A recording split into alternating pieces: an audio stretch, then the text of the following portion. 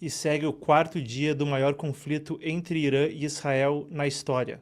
Relatos como mísseis atingindo a emissora estatal do Irã, mais vídeos do Irã contra Israel.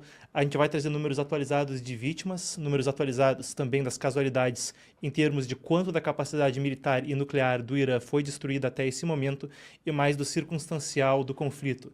Ainda nas nossas coberturas especiais de hoje, a gente passa por como era o Oriente Médio antes e depois de muitas das ações militares de Netanyahu.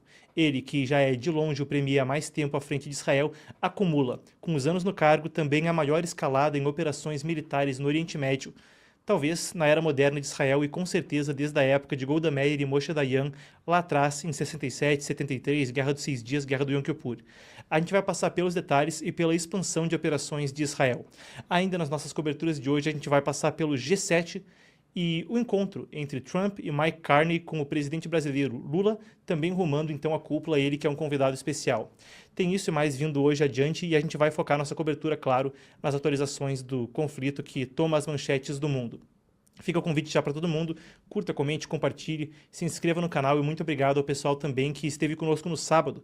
A gente esteve aqui se esforçando para trazer para vocês jornalismo de qualidade, trabalhando no final de semana e felizmente a gente foi recompensado com um público que estava muito interessado no que a gente estava discutindo e nos acompanhou por ali.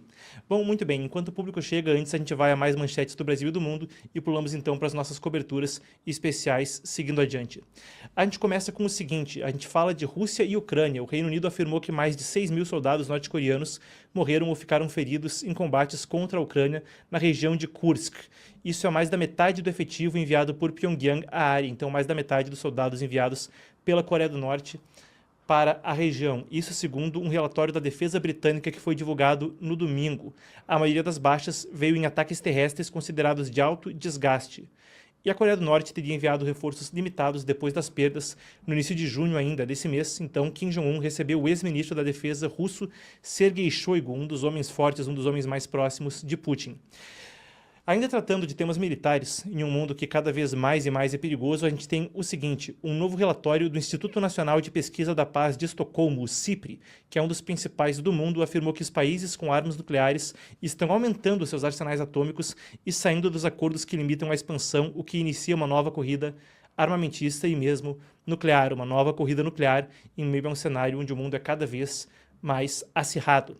A Coreia do Norte está com cerca de 50 ogivas nucleares estimadas, expandindo rapidamente o programa e continua operando reatores e instalações para a produção de plutônio e urânio altamente enriquecido.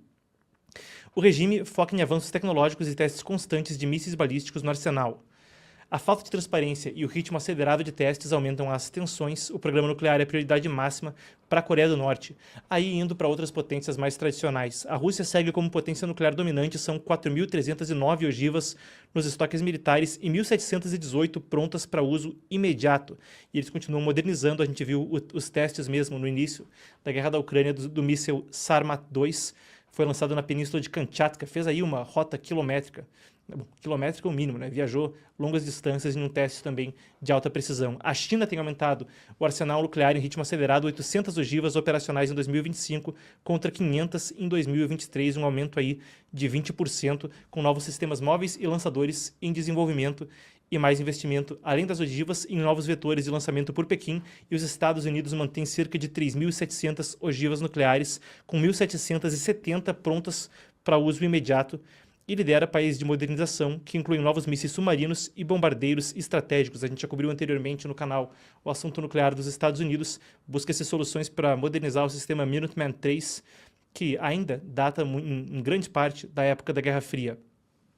Agora, falando ainda brevemente dentro dos Estados Unidos, Trump afirmou no domingo que pretende ampliar os esforços para deportar imigrantes em situação irregular dentro do país. Em uma postagem no Truth Social, Trump destacou que ordenou o uso de todos os recursos do governo federal para essa missão.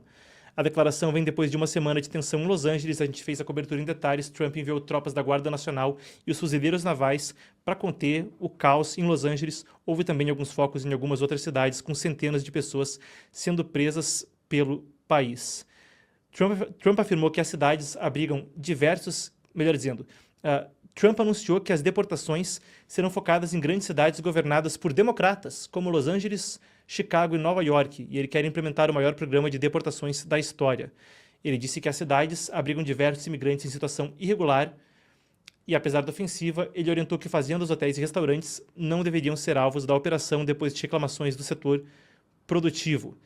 A gente tem ainda inovações em termos de IA. Em Washington, grandes nomes do setor da tecnologia e do setor energético e das finanças estão hoje em uma cúpula privada para discutir o impacto da inteligência artificial na demanda por energia, uma das grandes discussões do nosso tempo, e a questão de quantos recursos a IA de fato toma em termos energéticos. Se a gente está falando ao longo desse giro de notícias de mais e mais instabilidade, e a gente já vai chegar na nossa cobertura especial a respeito do conflito entre Israel e o Irã, bem, as moedas tendem a acabar valendo menos e menos e o ouro mais e mais em um mundo instável. É a informação que a gente tem agora. O ouro agora é o segundo maior ativo de reserva global e, segundo o Banco Central Europeu, representa 19% das reservas, atrás apenas do dólar com 47%, então passa do euro. O ouro, então, na Europa como o segundo ativo. Apesar do crescimento, analistas prevêem desaceleração nas compras pelos bancos centrais depois de uma queda de 33% no primeiro trimestre. E finalizando o giro de hoje, para quem gosta de futebol, eu gosto, aqui não é o foco do programa, mas quando tem Copa do Mundo na jogada, a gente dá uma brecha, então, na seleção de pauta. Ontem teve, então, os primeiros jogos, anteontem e ontem, né? Final de semana, os primeiros jogos da Copa do Mundo de clubes. O Palmeiras estreou então com 0-0 contra o Porto. O Botafogo venceu o Seattle Sounders por 2-1 também na estreia. O Flamengo joga hoje às 10 da noite contra o Esperance da Tunísia. E o Fluminense encara o Borussia Dortmund amanhã às 13 horas.